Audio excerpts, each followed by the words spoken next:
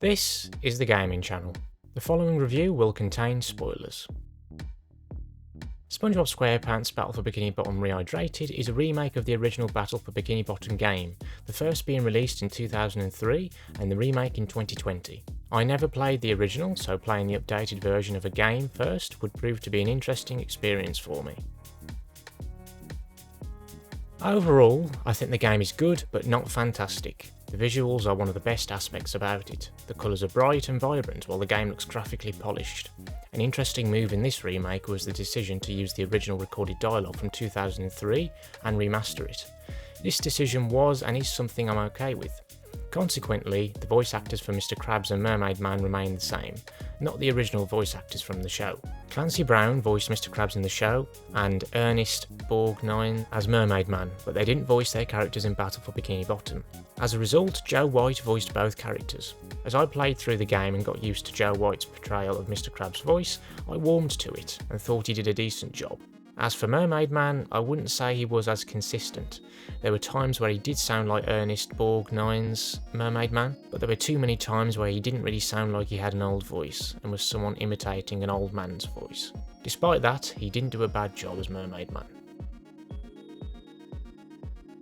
While the game is graphically polished, I can't say the same for the remake on the whole.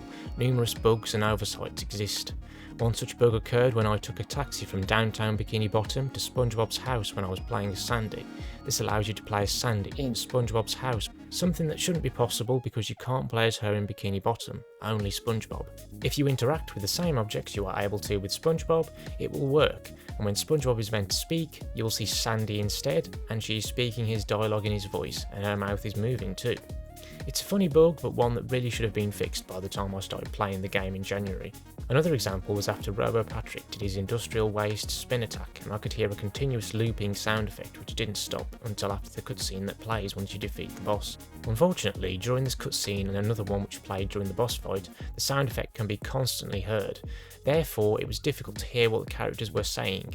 This bug was one of the most annoying. Battle for Bikini Bottom's story is pretty simple, as Plankton plans to steal the Krabby Patty formula, something he's always trying to do in the show. With his Duplicatotron 3000, he clones an army of robots to wreak havoc in Bikini Bottom.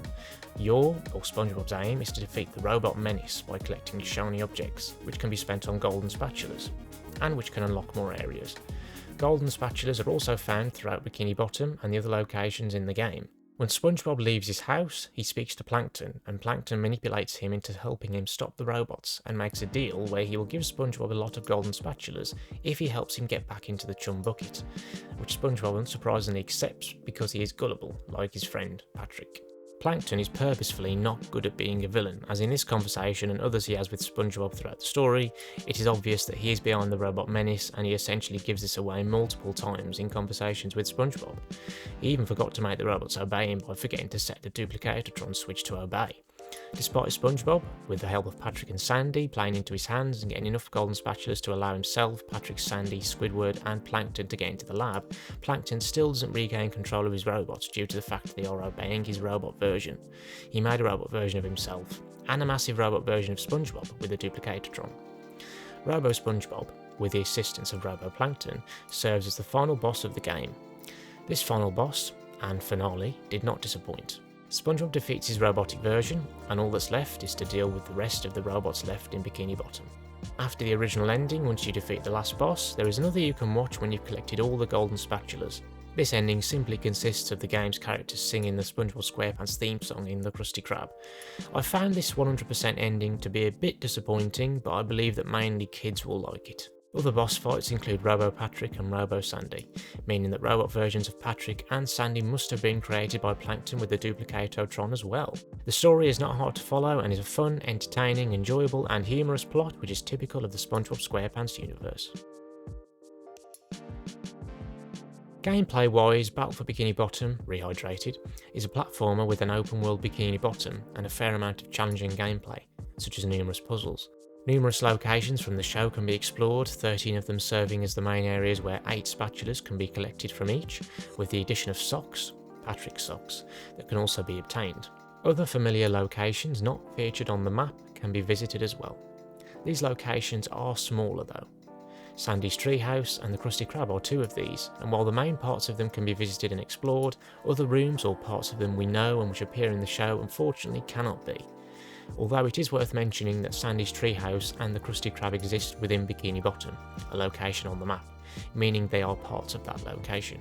Actual gameplay requires you to explore all of Bikini Bottom, collect golden spatulas and socks. Ways in which the spatulas can be earned include tasks and challenges, while socks are found along the way.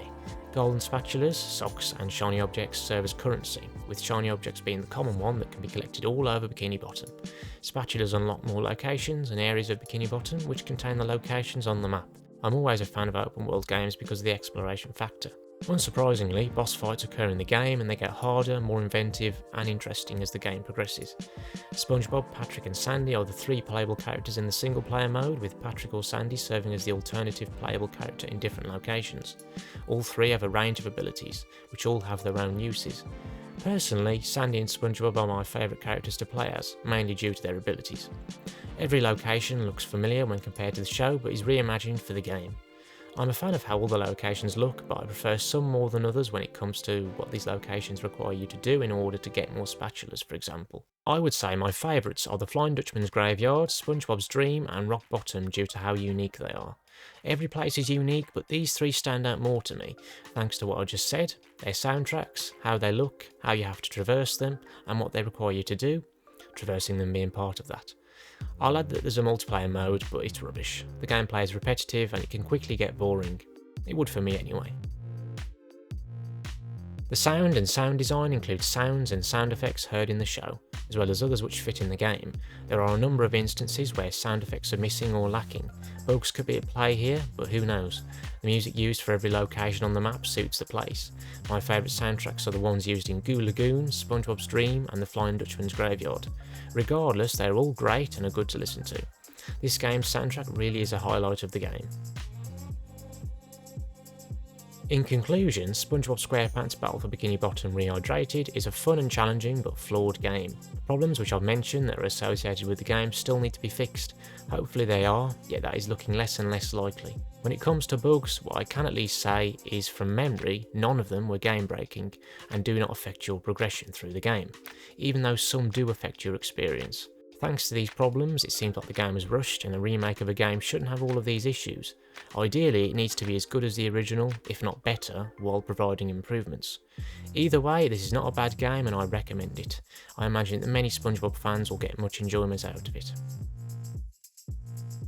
Thanks for watching this review. Be sure to like and subscribe for more reviews because I'll be working on more for the other games I've done playthroughs of on the channel. Also, look out for other gaming content and even the odd bit not related to gaming. That is all.